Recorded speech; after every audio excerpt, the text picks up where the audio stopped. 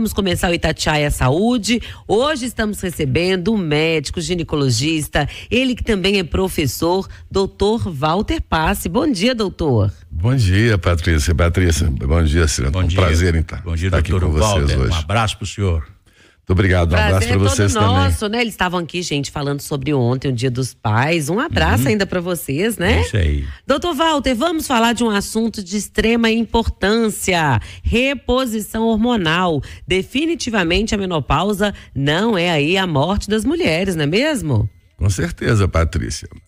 Eu acho que a questão da menopausa, eu vou perder um pouquinho de tempo aqui para contextualizar. Não é perda de tempo, não, é conhecimento. É importante a gente estar explicando uma coisa. Passando um pouco pela história. Na época de Cristo, a expectativa de vida nossa humana era de 45, 50 anos, né? De Cristo até o final do século XIX, a expectativa de vida aumentou 10 anos. Passamos de 45 para 55. Do final do século XIX, começo do século XX até os dias de hoje, a expectativa de vida foi para 90 anos. É praticamente o dobro em 100 anos. Né? 2 vidas em uma. 2 vidas em uma. Então, antes, realmente a expectativa de vida era muito curta. Portanto, as mulheres, elas vivem, né, uma grande parte da vida delas hoje depois da falência do ovário. Porque minha mãe morreu aos 45 anos. Exatamente. Era muito nova, né? E não chegou a ter problemas, né? Exatamente. Antigamente, né, pelo menos a minha avó, eu lembro ela com 60 anos, era uma velhinha. Né? Era uma pessoa que praticamente estava se preparando para a morte. Com 60 anos, né? Com 60. É verdade. Hoje uma mulher de 60 anos tem toda jovem? uma vida pela frente, né? E o que define a menopausa, que é a última menstruação, é a falência do ovário. Quando uma fábrica fale, tudo aquilo que ela entrega, né, ela deixa de entregar e estabelece aquilo que nós chamamos de carência hormonal. E em hormônios, o que faz mal não são hormônios. Ou é a carência ou excesso de hormônios. Exemplo, né? Insulina. Insulina é hormônio.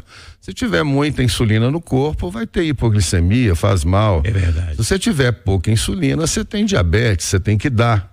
A mesma coisa acontece com os hormônios produzidos no ovário, que é a principal fábrica dos hormônios, né, esteroides que nós produzimos, sexuais. E quando esse ovário fale, há uma carência abrupta e junto disso vem uma série de sintomas, né? E uma série de perdas de qualidade de vida dessas mulheres, né?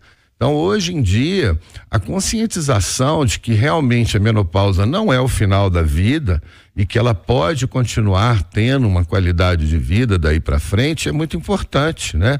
É muito comum normatizar, né? Isso é normal, ter onda de calor é normal, né? Não ter vontade de praticar sexo é normal. A falta de libido. Né? A falta de a pele ressecar, isso é normal, não é normal, né? Se nós temos hoje ferramentas seguras, onde aquelas coisas, aqueles mitos já acabaram por terra e a gente pode melhorar essa qualidade de vida com segurança, é importante que as mulheres se conscientizem que essa qualidade de vida pode ser dada a ela, repondo aquilo que é dela mesmo, né, através de uma série de mecanismos hoje muito mais seguros que no passado.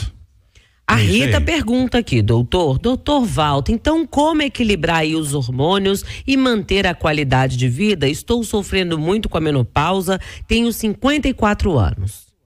Olha, como eu comentei agora, a menopausa nada mais é do que a falência dos ovários. Os ovários produzem os hormônios que são chamados esteroides ou sexuais, que não são apenas ligados às questões sexuais. São ligados a uma boa qualidade do sono, são ligadas à questão da depressão, são ligadas à questão da pele, são ligadas à questão da memória, à disposição, né? Então, repondo esses hormônios de uma maneira equilibrada, de uma maneira em que seja feito de uma forma correta, né? E que é bom que se faça aqui uma aspas para poder explicar. Quando você tem uma mulher em período reprodutivo, O nível de hormônio dela, que é o estrogênio, que é o principal quando ela ovula, chega a 500 quando ela ovula. Quando ela falha esse ovário, ele vai para baixo de 10. É uma carência abrupta, né? Cai muito, hein, Cai doutor? muito. E nós, quando vamos repor, nós colocamos em níveis de 50. 50 é 10 vezes menos o que ela produzia com 30 anos, né? Mas que será 5 vezes maior do que ela seria capaz de produzir. Veja, portanto, que é muito seguro, né? Porque se com 500 não traziam grandes problemas quando ela era jovem, não vai ser com 50, que é 10 vezes menos, que ela terá problemas, né? Pois é, tem um ouvinte aqui que está nos dizendo o seguinte, que ela deixou de fazer reposição hormonal porque a reposição provocava problemas de nódulo no seio, mas ela continua tendo muito calorão. Pois é, então vamos lá. Eu acabei de comentar, uma mulher quando está no período fértil dela, né, antes da menopausa, esse hormônio, que é o principal da mulher, chamado estrogênio, ela produz em níveis de 500. Quando nós vamos repor na pós-menopausa, nós colocamos em níveis em torno de 50. Né? 10 vezes menos. 10 vezes menos, né? Não seria esse hormônio provocador de nenhum nódulo na mama, né? Isso é um mito, doutor? Aumenta do ponto de vista da qualidade de vida, da maneira como ela vai levar a vida dela em termos de disposição, né? Na qualidade do sono, né? Que muitas vezes se perde com a baixa dos hormônios. Irritabilidade, uma série de outras coisas. Irritabilidade, que é um negócio muito complicado, né? Irritabilidade. Então, o doutor tem quantas mulheres em casa, doutor? Eu tenho 5 mulheres em casa. Eu tenho a minha esposa, 4 filhas, né? E eu falo, acho que já devo ter falado isso aqui uma vez, eu não canso de repetir isso, que vocês mulheres são fantásticas, né? Se tem uma coisa que vocês não são, é monótonas, né? Não. É verdade.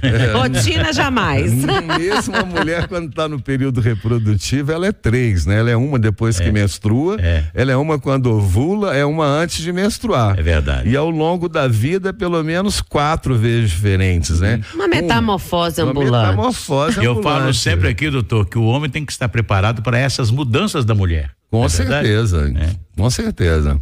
O Geraldo, nosso ouvinte, um abraço para ele, tá aqui perguntando: doutor Walter, tenho sofrido com a irritabilidade da minha esposa. Qual era aí, mais ou menos, o exame que eu devo pedir o médico para ela fazer para saber se os hormônios estão desregulados? Qual que é esse exame, doutor? Vamos lá, eu falo muito, até porque dou aula na Faculdade de Ciências Médicas há muitos anos, né? O que é importante se entender que a clínica é soberana. O nosso corpo fala. Exames que nós pedimos, o próprio nome fala por si só. Os exames são complementares, né? Tudo que é complementar a alguma coisa principal. É verdade. O que é principal é o que o corpo está falando, é a clínica, né? Só por já estar tendo uma manifestação, quando a gente pede os exames, é apenas para confirmar aquilo que nós estabelecemos como uma hipótese diagnóstica. Doutor, eu estou sentindo isso, faz o exame para comprovar. Exatamente isso, assim. Então, no caso específico, né, da queda de hormônio, como eu estou falando que a clínica é soberana, basta pedir a dosagem desses hormônios, que é o estrogênio, e nessa questão da menopausa, a testosterona, que também exerce um papel importante na mulher, apesar de ser um hormônio do homem. Com a dosagem desses hormônios, nós então confirmamos aquela carência abrupta que ela tem.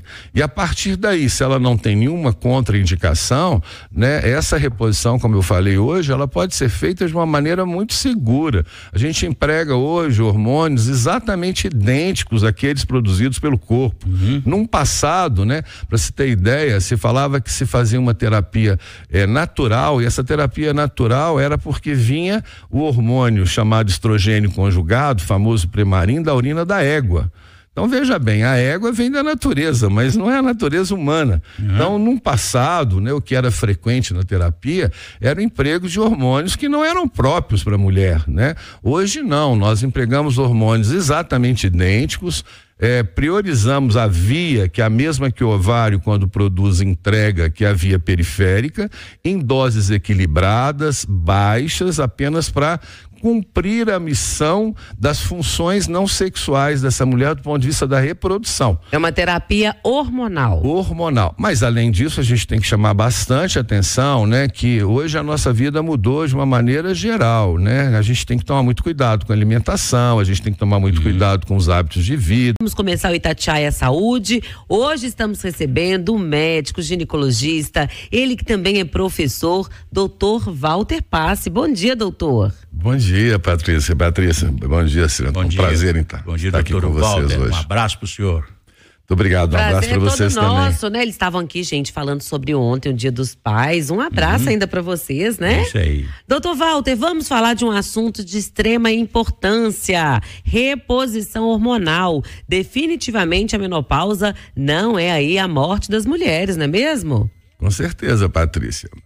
Eu acho que a questão da menopausa, eu vou perder um pouquinho de tempo aqui para contextualizar. Não é perda de tempo, não, é conhecimento. É importante a gente estar explicando uma coisa. Passando um pouco pela história. Na época de Cristo, a expectativa de vida nossa humana era de 45, 50 anos, né? De Cristo até o final do século XIX, a expectativa de vida aumentou 10 anos. Passamos de 45 para 55.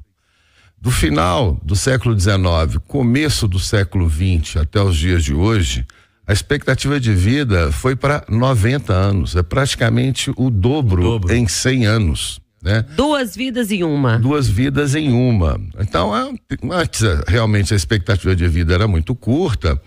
Portanto, as mulheres, elas vivem, né, uma grande parte da vida delas hoje depois da falência do ovário. Porque minha mãe morreu aos 45 anos. Exatamente. Era muito nova, né? E não chegou a ter problemas, né? Exatamente. Antigamente, né, pelo menos a minha avó, eu lembro ela com 60 anos, era uma velhinha. Né? Era uma pessoa que praticamente estava se preparando para a morte. Com 60 anos, né? Com 60. É verdade.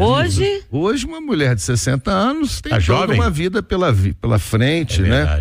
E o que define a menopausa, que é a última menstruação, é a falência do ovário. Quando uma fábrica fale, tudo aquilo que ela entrega, né, ela deixa de entregar e estabelece aquilo que nós chamamos de carência hormonal. E em hormônios, o que faz mal não são hormônios. Ou é a carência ou excesso de hormônios. Exemplo, né? Insulina. Insulina é hormônio. Se tiver muita insulina no corpo, vai ter hipoglicemia, faz mal. É verdade. Se você tiver pouca insulina, você tem diabetes, você tem que dar.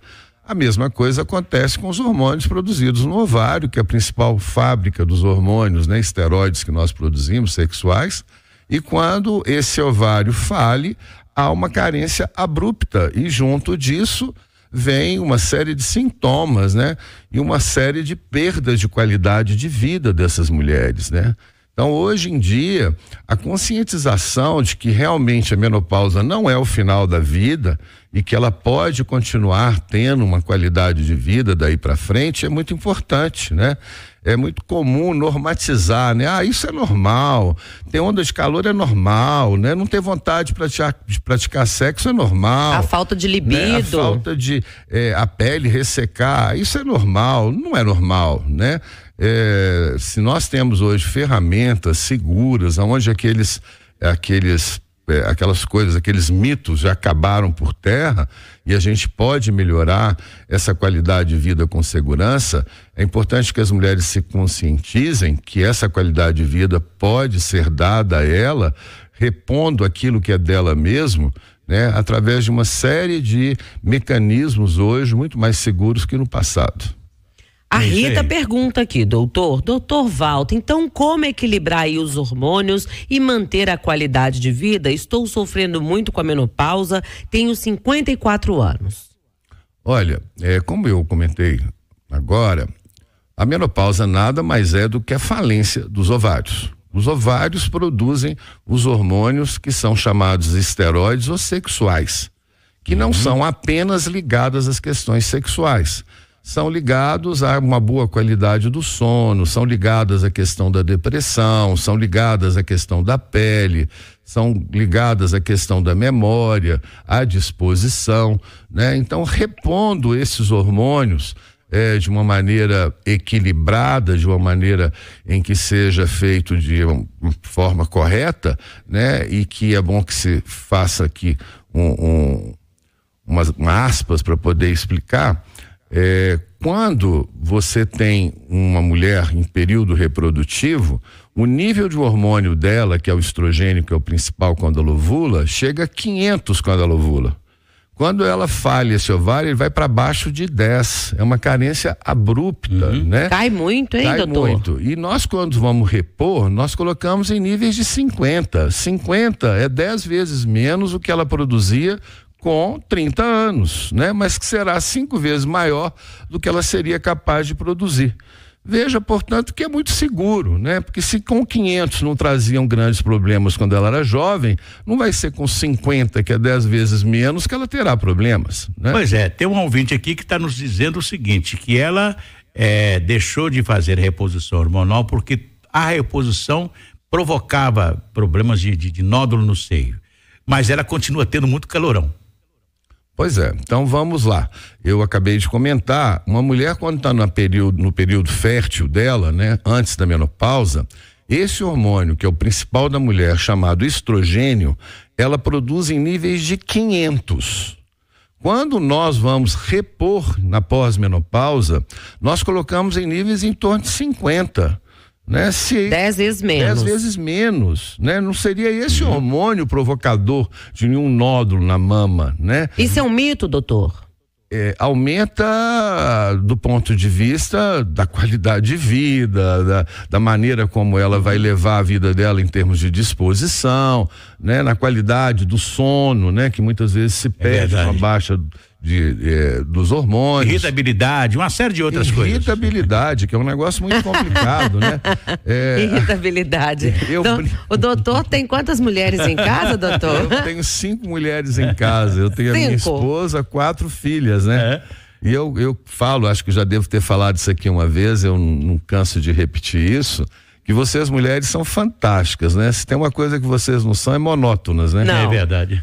Rotina jamais. Mesmo a mulher, quando está no período reprodutivo, ela é 3, né? Ela é uma depois que menstrua, ela é uma quando ovula, é uma antes de menstruar. É verdade. E ao longo da vida, pelo menos 4 vezes diferentes, né? Uma metamorfose ambulante. Uma metamorfose ambulante. Eu falo sempre aqui, doutor, que o homem tem que estar preparado para essas mudanças da mulher. Com certeza, com certeza. O Geraldo, nosso ouvinte, um abraço para ele, tá aqui perguntando: doutor Walter, tenho sofrido com a irritabilidade da minha esposa. Qual era aí, mais ou menos, o exame que eu devo pedir o médico para ela fazer para saber se os hormônios estão desregulados? Qual que é esse exame, doutor? Vamos lá, eu falo muito, até porque dou aula na Faculdade de Ciências Médicas há muitos anos, né? O que é importante se entender que a clínica é soberana. O nosso corpo fala. Exames que nós pedimos, o próprio nome fala por si só.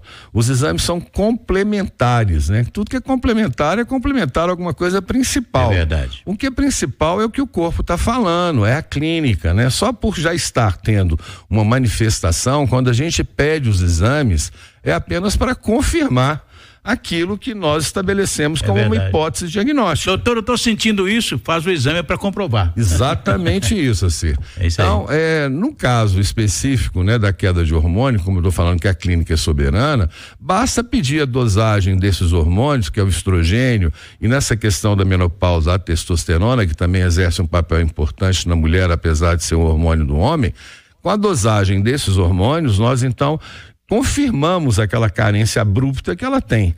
E a partir daí, se ela não tem nenhuma contraindicação, né, essa reposição, como eu falei hoje, ela pode ser feita de uma maneira muito segura. A gente emprega hoje hormônios exatamente idênticos àqueles produzidos pelo corpo.